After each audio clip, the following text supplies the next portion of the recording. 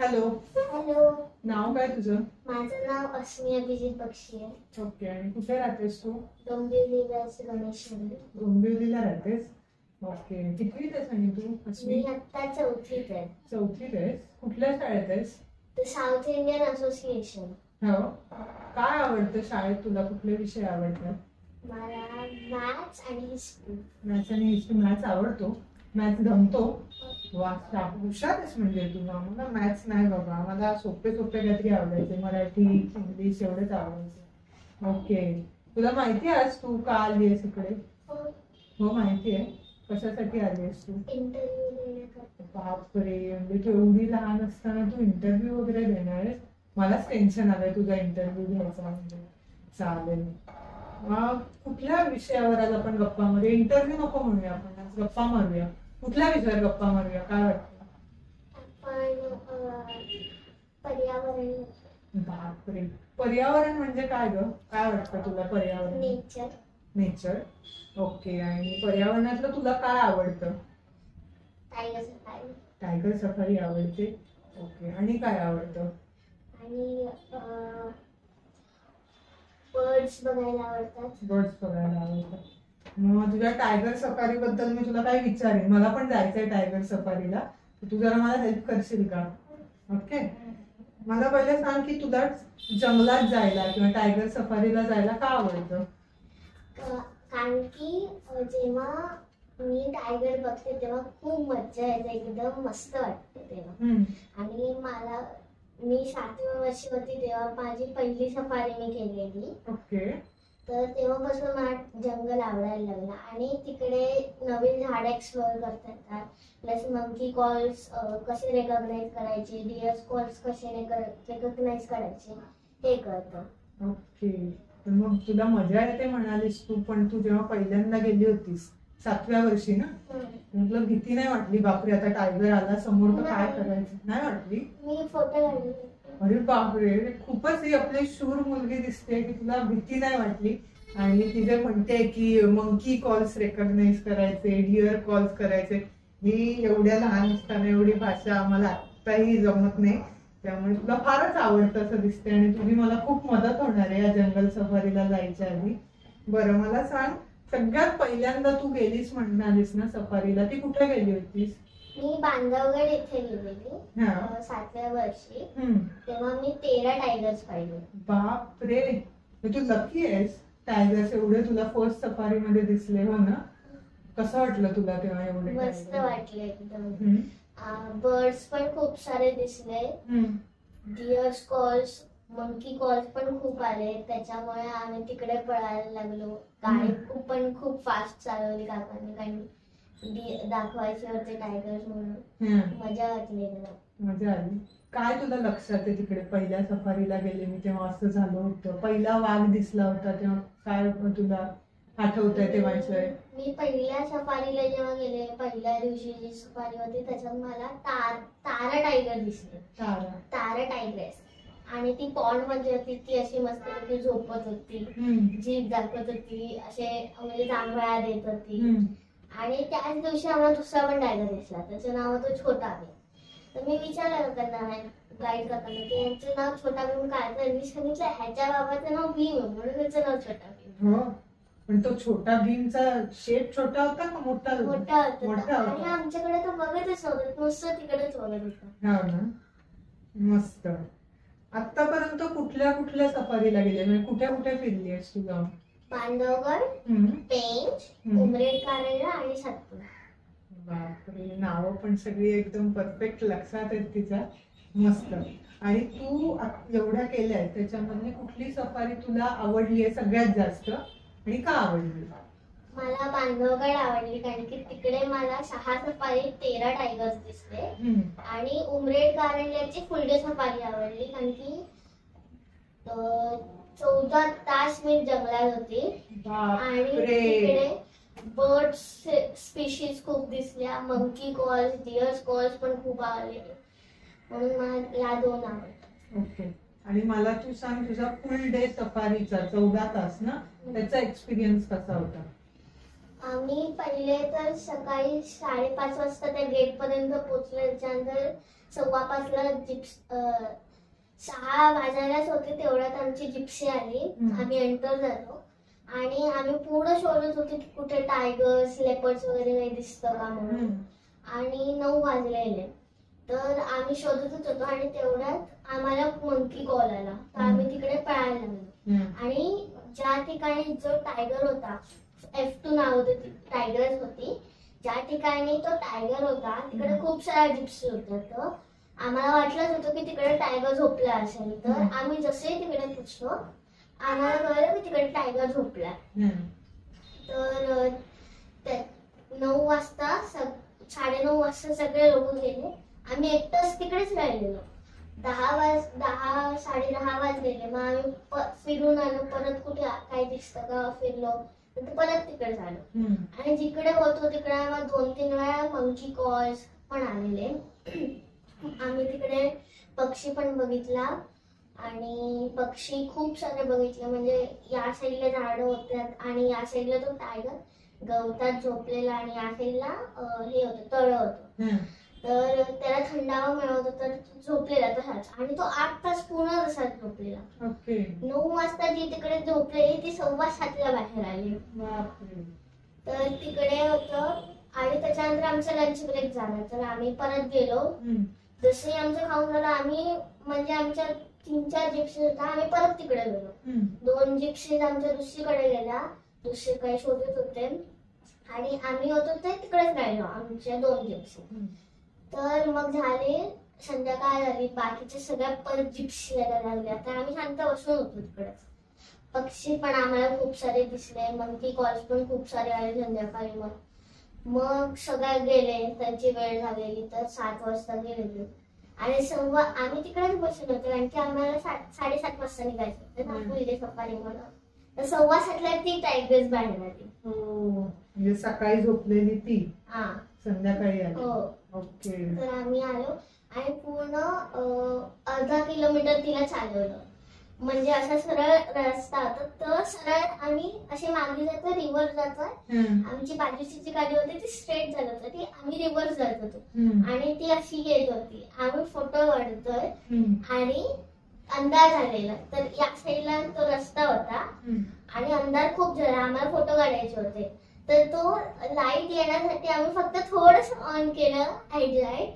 तर ती टायगर्सने एवढे दात दाखवले तिचे. बापरे. तिचे दात दाखवले आणि मग असा रस्ता होता. थोडं चालल्यानंतर तर तिकडे निघून गेली आणि आमची दुसरी जी जिप्स होती ती त्याच्या पाठी गेली आणि आम्ही पाठीत राहिलो. एवढाच हे झालं. पण तुला दिसली एवढ्या जवळून आणि एवढ्या वेळ दिसली. ओके. आणि तुला कधी कब्स दिसलेत का तुझ्या ह्याच्यामध्ये सफारीमध्ये? टायगर कब्स नाही दिसले. ओके. आणि जे पण दिसले ते म्हणजे आता इकडे समजा जिप्सी आहे आणि खूप दूरचं झाड आहे ना तिकडे असे ते टायगर तिच्या कब्स ना घेऊन बसलेले. ते सुद्धा कब्स नीट नाही दिसले. एकदम छोटे होते का मोठे का दिसले नाही माहिती. ओके. आणि तू मला म्हणालीस की सफारीच्या दरम्यान तुला बर्ड्स दिसतात, वेगवेगळे झाडं बघायला मिळतात जंगलात तर तू काय काय बघतेस आणि तुला काय लक्षात राहतं? म्हणजे टायगर बरोबर अरे हा प्राणी दिसला, हा पक्षी दिसला, असं काही लक्षात आहे का तुझ्या? किंवा तुला आवडलेलं आहे का एखादा पक्षी वेगळा दिसलेला आहे? आठवतोय तुला? सांगता येईल? सांग ना मग आम्हाला. मला उमरेडला जेव्हा फुल डे होती आमची तेव्हा आम्हाला तो टायगर तिकडे झोपलेला आणि वरती झाडं गवत होते आणि तिकडे सगळे पक्षी उडत होते. मग आम्हाला हळद दिसला, मॅक्पा रॉबिन दिसला. कसा असतो तुम्हाला? म्हणजे काहीतरी असं त्यांचं डिस्क्रिप्शन? हळद्या म्हणजे तो पूर्ण येलो कलरचा असतो, हळदी रंगाचा असतो तो. आणि मॅक्पा रॉबिनची एक स्टोरी आहे. तर एकदा काय झालं, तो पूर्ण ब्लॅक पक्षी होता पहिले आणि नंतर तो व्हाईट झाला कारण की त्याच्या अंगाला जे आहे व्हाईट जे स्पॉट्स आहेत ते दही आहे.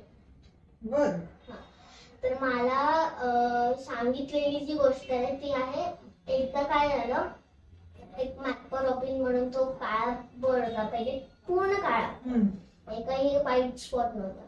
मग तो देवबाप्पाला आवडला, म्हणजे इतका छान बर्ड आहे, आपल्या जवळ ठेवूया.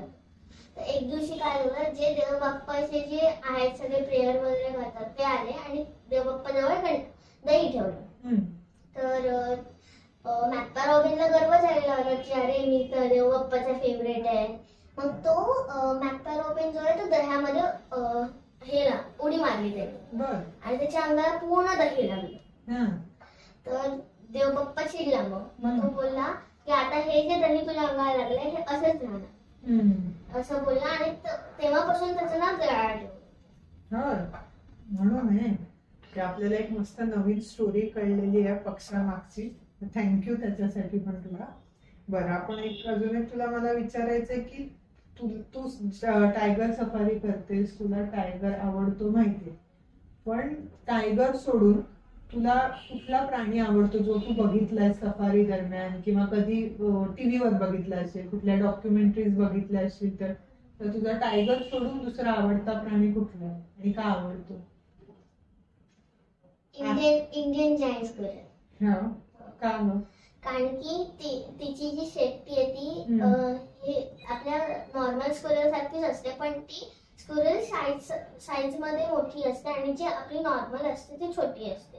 आणि जी इंडियन जायंट स्क्विरल असते तिची पार्ट ब्राऊन असते आणि त्याच्यावर ब्लॅक स्ट्राइप्स असतात आणि थोडस तिचं व्हाईट असतं आणि तिच्या इकडे मरून कलर असतो तिच्या इकडे. आणि तिची शेपटी एकदम मस्त, तिचा पण कलर मरूनच असतो पण थोडेसे ब्लॅक स्ट्राइप्स असतात तिच्या शेपटीवर. ओके. आणि ती कुठे दिसते आपल्याला? ती आपल्याला सातपुडामध्ये दिसते. तिकडे ती चार पाच झाडांवर तिचे घट्ट बांधून ठेवते कारण की तिची जी पिल्ले ती नंतर देते त्यांना शत्रूंपासून वाचवण्याकरता. म्हणजे आता समजा इकडे तिने घर बांधलेलं आणि आजूबाजूला पण बांधले आणि इकडे जर शत्रू आला तिचा, ती लगेच तिच्या पिल्लाला घेऊन दुसऱ्या ह्याच्यावर जाईल. ओके, हे भारी आहे, हे मस्त आहे, हे आम्हाला माहिती नव्हतं. ओके. तू मला सांग, जंगल सफारी आता 4 केलेस ना, बरोबर? मग तू जेव्हा तुमचा प्लॅन ठरतो की जायचंय वगैरे, तर तू आधी काय तयारी करतेस? म्हणजे तिकडे गेल्यावर पण, सफारीला निघायच्या आधी आणि घरून निघताना पण काय तयारी करतेस तू जंगल सफारी? बॅग पॅक करते, त्याच्यामध्ये डल कपडे, स्कार्फ ज्याच्याने मी माझं तोंड कान झाकू शकतो थोड्यापासून, टोपी, आणि सफारीला जाताना सगळी ही तयारी करते आणि कॅमेरा. ओके. पण मग डल कपडे का घालायचे असतात किंवा असं काही असतं का स्पेसिफिक जंगलात जाताना की हेच घातलं पाहिजे? कारण की जेव्हा टायगर येतो समोर तेव्हा पिंक रेड करून तो अट्रॅक्ट होतो आणि आपल्यावर हल्ला करू शकतो. तर पिंक रेड येलो हे असे कपडे आपण घालू नये जेणेकरून तो हल्ला नाही करत. म्हणजे डल कपडे जसं की ग्रे, ब्राऊन हे असे कपडे घालावे आपण कधी. ओके. हे आपल्या सगळ्यांसाठी टिप आहे ज्यांना जंगल सफारीला टायगर बघायला जायचंय त्यांच्यासाठी. आणि अजून काय टिप देशील तू? जंगल सफारी करताना आपण कसं राहिलं पाहिजे, काय तिथल्या रूल्स असतात का जंगल मधले? जंगल सफारीला जेव्हा आपण जातो तेव्हा आपण शांत राहिलं पाहिजे. जेव्हा टायगर आपल्या समोर येतो जर आपण जास्त आवाज केला तो अट्रॅक्ट होऊ शकतो. आणि आपण सगळ्यात जास्त म्हणजे जर तुम्हाला फोटो काढायचा असेल तर कॅमेरा लेन्सेस बरोबर घेऊन जायचा. आणि एवढंच. Okay, nice. आणि आता मला सांग, तू या 4 ठिकाणी गेलीयस, तुला अजून कुठे जायला आवडेल किंवा जायचं आहे तुला? मला भिगवणला जायला आवडेल. ओके. तिकडे जॅकल्स आणि बर्ड्सची सायटिंग जास्त होते आणि मला ताडोबा फुलले आवडेल. ताडोबा फुलले. ताडोबाला गेली नाहीयेस तू अजून? नाही. जायचंय तुला? Okay, very nice. आणि तू तुझ्या जंगल सफारी बद्दल किंवा तू म्हणालीस पहिल्यांदा पर्यावरण तुला आवडतं, त्याच्याबद्दल आपण बोलूया. तर त्याबद्दल इन जनरल 1-2 वाक्यामध्ये आपल्या सगळ्या प्रेक्षकांना आणि ज्यांना सफारीला जायचंय त्यांना काय सांगशील? तिकडे बघून सांगितलंस तरी चालेल. तुम्ही सगळं पॅकिंग नीट केलं पाहिजे आणि तिकडे जाऊन जे पण तुम्हाला गरजेचं असेल ते आधीच घेऊन जायला पाहिजे. जे तुम्हाला हवं असेल किंवा जे तुम्ही विसरलात ते जिकडे पण दुकानं असेल तिकडनं घ्यायला पाहिजे. आणि समजा जर तुम्ही रेड किंवा पिंक कलरचे असे जर कपडे घातले तर ते तुम्ही नाही घातलं पाहिजे, कारण की जर टायगर अट्रॅक्ट झाला आणि तुमच्यावर हल्ला गेला तर तुमचा जीव जाऊ शकतो. ओके. आणि एन्व्हायरमेंट बद्दल काय सांगशील की तिकडे कसं राहिलं पाहिजे, तिथल्या गोष्टींना त्रास होऊ नये म्हणून काय केलं पाहिजे, त्याबद्दल काही सांगता येईल का तुला? तिकडलं जे आहे तिकडे आपण नुसता आडाओरडा करतो, म्हणजे फोटो काढायचा असेल तर आपण जोराजोराने बोलतो की असं करा तसं करा, आणि जर तो टायगर तिकडेच असेल तर तो डिस्टर्ब होईल आणि मग तो हल्ला करेल, किंवा जर तिकडे माकडं असतील तर ते येतील. आणि जंगलामध्ये कधी खाणं नाही घेऊन जायचं. आपण खाणं खाल्लं तर जिकडे आजूबाजूला मंकीज असतील ते येतील आणि घेऊन जातील खाणे असं, आणि तिकडले झाड नाही तोडले पाहिजे. Okay, very good. So thank you Asmi, तू खूप छान गप्पा मारल्यास आमच्याशी आणि तू मस्त सफारी कर आणि परत आपण भेटूया तेव्हा अजून तुझ्या सफारीचे, ताडोबाच्या सफारीचे एक्सपिरियन्स आम्हाला सांग. चालेल? ऑल द बेस्ट तुला. थँक्यू. येस.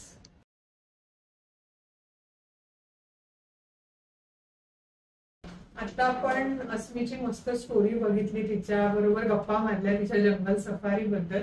आता आपण एक थोडस बोलूया तिच्या वडिलांबरोबर. तर सर नमस्कार. सर तुमचं नाव सांगा आपल्या प्रेक्षकांना. माझं नाव अभिजित चंद्रकांत बक्षी. ओके. सर मला तुम्हाला एक प्रश्न विचारायचा आहे की अस्मीला तुम्ही एवढ्या लहान वयापासून, आता तिने सांगितलं 7व्या वर्षी तिने पहिली सफारी केली, तर एवढ्या लहान वयात तिला असं सफाऱ्यांना घेऊन जायचं किंवा हे जंगलाचं जग एक्सप्लोअर करण्यामागचं तुमचं काय प्रयोजन होतं, आणि या सगळ्याशी रिलेटेड किंवा एन्व्हायरमेंटशी रिलेटेड तिने पुढे काही करावं का किंवा व्हावं का असं वाटतं का तुम्हाला? गेले 13 वर्ष मी वाईल्ड लाईफ फोटोग्राफी मध्ये आहे. वाईल्ड लाईफ सफारीज करतोय. महाराष्ट्र आणि एमपी मी जवळपास सगळे जंगल्स केलेले. घरी आल्यानंतर मी तिला एक्सप्लेन केलं होतं की मी टायगर बघितला, मी मंकी बघितले, माझे फोटो ती बघत होती. सो लहानपणापासून सतत तिच्या डोक्यामध्ये होतं की बाबा जंगलात जातात, बाबा वाईल्ड वाघ बघतात. तिला ती एक उत्सुकता निर्माण झाली. आणि 7व्या वर्षी जेव्हा मी बांधवगडची सफारी केली होती प्लॅन, तेव्हा ती मला खूप मागे लागली की बाबा मला यायचं टायगर बघा. त्यावेळेला मी थोडासा कॉन्शियस होतो की इतकी लहान वय आणि तेही विदाऊट आई ती माझ्यासोबत राहील का. आणि बांधवगडची सफारी ही 6 सफाऱ्या होत्या, जवळपास 4-5 दिवसाची ती टूर होती. तर मी विचारलं माझ्या टूर ऑर्गनायझरला की घेऊन जायचं का, तिला चालेल का. तो मला घेऊन आपण बघूया. सो घाबरत मी तिला घेऊन गेलो माझ्यासोबत. परंतु तिने 6च्या 6 सफारी सकाळी 4 वाजता उठणं, 4:45 जिप्सीच्या समोर उभं राहणं, 6-6 तासाच्या सफारी करणं विदाऊट कुरकुर, तिने त्या सगळ्या सफारीज केल्या आणि सेंटर ऑफ अट्रॅक्शन बनली होती ती त्या टूर मध्ये. कारण ती ज्या सफारीला जायची त्या सफारीत 3 ते 4 टायगर समोर असायची. सो ती पण खुश होती आणि तिथे तिने अजिबात म्हणजे एवढ्या लहान वयात तिने बिलकुल कुरकुर केली नव्हती. मला भूकच लागलीये, मला वॉशरूमला जायचंय, मला कंटाळा आलाय, टायगर दिसू दे किंवा नको दिसू दे. तिने ते इतक्या लहान वयात केल्यानंतर मला पण ते बरं वाटलं की चल आपली मुलगी पण काहीतरी करते. आणि ना सफारी झाल्यानंतर ती त्या लोकांना, गाईड किंवा ड्रायव्हरना ती विचारायची की त्या मंकीने त्या झाडांना हात का लावून बसलेले होते, काय रिझन होतं. मग ते तिला एक्सप्लेन करायचे. सो तिची क्युरियोसिटी पण होती तिथे. त्याच्यानंतर कंटिन्यू मध्ये सफारी तिथे चालू झाल्यात. पण पेंचला गेलो, मग उमरेड करायला फुल डे सफारी होती. सो मला तिला ती एक्सप्लोर करायचं होतं की 14 तास तिचे पेशन्स आहेत का. 14 म्हणजे टायगर दिसला तरी ती थांबू शकते का नाही. आता पहिल्याच सफारीमध्ये 13 टायगर बघितल्यानंतर ती मला आता टायगरच पाहिजे. मग 14 तास ती टायगर शिवाय थांबू शकते का हे मला स्वतःला एक्सपेरिमेंट करायचं होतं तिच्यावर. सो उमरेड करायला सुद्धा तिने एकदम सुंदरपणे तो क्रॉस केला तिने. आणि कसं झालंय की तिला नेचरची आवड निर्माण झालेली आणि तिला इंटरेस्ट झाला याच्यामध्ये. आणि वाईल्ड लाईफ साठी ज्या पण गोष्टी लागतात त्या ती फॉलो करते. जसं गोंधळ करायचा नाही, डार्क कपडे घालायचे नाहीत, टायगर दिसल्यानंतर शांत उभं राहायचं किंवा पद्मार्क्स शोधायचे, मंकी कॉल्स करायचा, हे सगळं ती करते. त्या गोष्टीमध्ये इंटरेस्ट घेते. इव्हन खाल्ल्यानंतर कचरा बाहेर फेकायचा नाही, जंगलामध्ये फेकायचा नाही, ही सुद्धा गोष्ट तिला कळते. किंवा प्राण्यांना आपली वस्तू द्यायची नाही कुठली खायला वगैरे, त्यांना त्यांच्या नॅचरल हॅबिटेट मध्ये राहायचंय. सो ही तिला इतक्या लहान वयात ते कळतंय. आणि आताच रिसेंटली जूनची जी एंड ऑफ सीझन सफारी होती सातपुड्याची, ती तिला स्पॉन्सर केली होती एका टूर ऑर्गनायझरने. नेचर्स एक्सप्लोरर इंडिया म्हणून एक टूर ऑर्गनायझर आहे, त्यांनी तिची ती टूर पूर्ण स्पॉन्सर केली होती, जिथे तिने स्वतः गाईड अँड ड्रायव्हर असताना सुद्धा जायंट स्क्वेरल तिने स्पॉट केली. सो तिचा इंटरेस्ट त्याच्यामध्ये वाढत चाललेला आणि शाळेकडून पण तिला ते प्रोत्साहन मिळत आहे. सो मी तिला याच्यामध्ये कंटिन्यू पुढे नेणार आहे आणि मी तिला कुठल्याही प्रकारचा फोर्स करणार नाही की हे करू नकोस किंवा हेच कर म्हणून. सो नेचरच्या जवळ तिने जास्तीत जास्त जावं आणि नेचरची रिलेटेड गोष्टी तिने लोकांपर्यंत पोहोचवाव्या म्हणून मी तिचं युट्यूब चॅनल पण काढलेलं आहे आणि ती इन्स्टावर पण आहे. सो ते त्या गोष्टी एक्सप्लेन करते लोकांना. सो ती हळूहळू त्याच्यामध्ये येईल पुढे असं मला वाटतं. चांगलंय. एक प्रकारे तिच्याकडे बाळपडू आलेलं आहे असं म्हणू शकतो आपण. म्हणू शकतो. येस. आणि तिच्या या प्रवासासाठी सुरू झालेल्या आणि पुढे असणाऱ्या प्रवासासाठी खूप शुभेच्छा. आणि तुम्हाला पण थँक्यू की तुमच्या याच्यातून एक नवीन पर्यावरणाच्या जवळ जाणारा एक चांगली व्यक्ती घडते. त्यासाठी एक सर दुसरा विषय तुमच्याशी बोलायचा होता आणि आपल्या प्रेक्षकांना पण सांगायचा होता की आपलं पर्यावरण नावाचं पर्यावरण दक्षता मंडळाचं हे जे मासिक आहे त्याच्या सप्टेंबर महिन्याचा अंक आपला प्रकाशित झालेला आहे, आपण बघू शकतो. आणि या महिन्याचं जे फ्रंट पेज आहे, हा जो फोटो आहे तो बक्षी सरांनी काढलेला आहे. तर सर या फोटो बद्दलचा अनुभव तुमचा काय होता किंवा त्यावेळेची सिच्युएशन कशी होती, त्याची एक गोष्ट आम्हाला सांगू शकता? हा जो फोटो काढलेला आहे हा मी भरतपूरला काढलाय, जे राजस्थान मध्ये येतं. आणि भरतपूरची सफारी ही खूप जास्त टायरिंग असते, कारण तिथे तुम्हाला खूप चालावं लागतं एक्सप्लोर करण्यासाठी. सकाळी 5:30 वाजता तुम्ही गेला, तिथे असतात रिक्षा असतात सोबत, पण प्रत्येक वेळेला तुम्ही रिक्षामध्ये बसून नाही जाऊ शकत, तुम्हाला मॅक्सिमम हा बाय वॉक करावा लागतो. हा फोटो साधारण मला संध्याकाळी एक दुपारी 3-3:30च्या दरम्यान हा पेलिकन मला एकटा बसलेला तिथे दिसला. सो मी माझा कॅमेरा सेट करून मी त्याला फोकस केला आणि मला माझ्या डोक्यामध्ये तेव्हा होतं की हा जेव्हा तोंड उघडेल तेव्हाच मला त्याचा फोटो काढायचा आहे.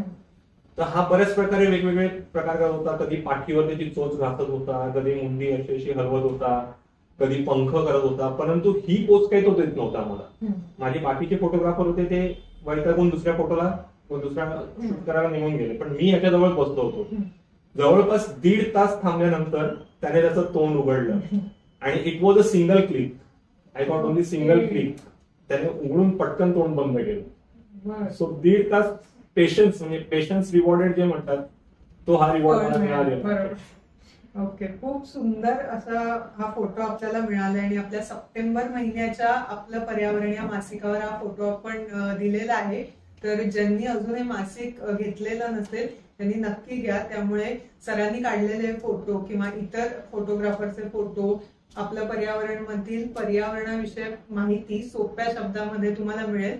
तेव्हा नक्की या मासिकाचं सबस्क्रिप्शन तुम्ही घ्या अशी मी सर्वांना विनंती करते. आणि पुन्हा एकदा सर तुमचे आणि अस्मिते खूप खूप आभार की तुम्ही इकडे आलात आणि आपल्या सगळ्या पर्यावरण स्नेही प्रेक्षकांना माहिती दिलीत. अस्मिनी तिचे अनुभव सांगितले. So thank you so much sir. Thank you. Thank you.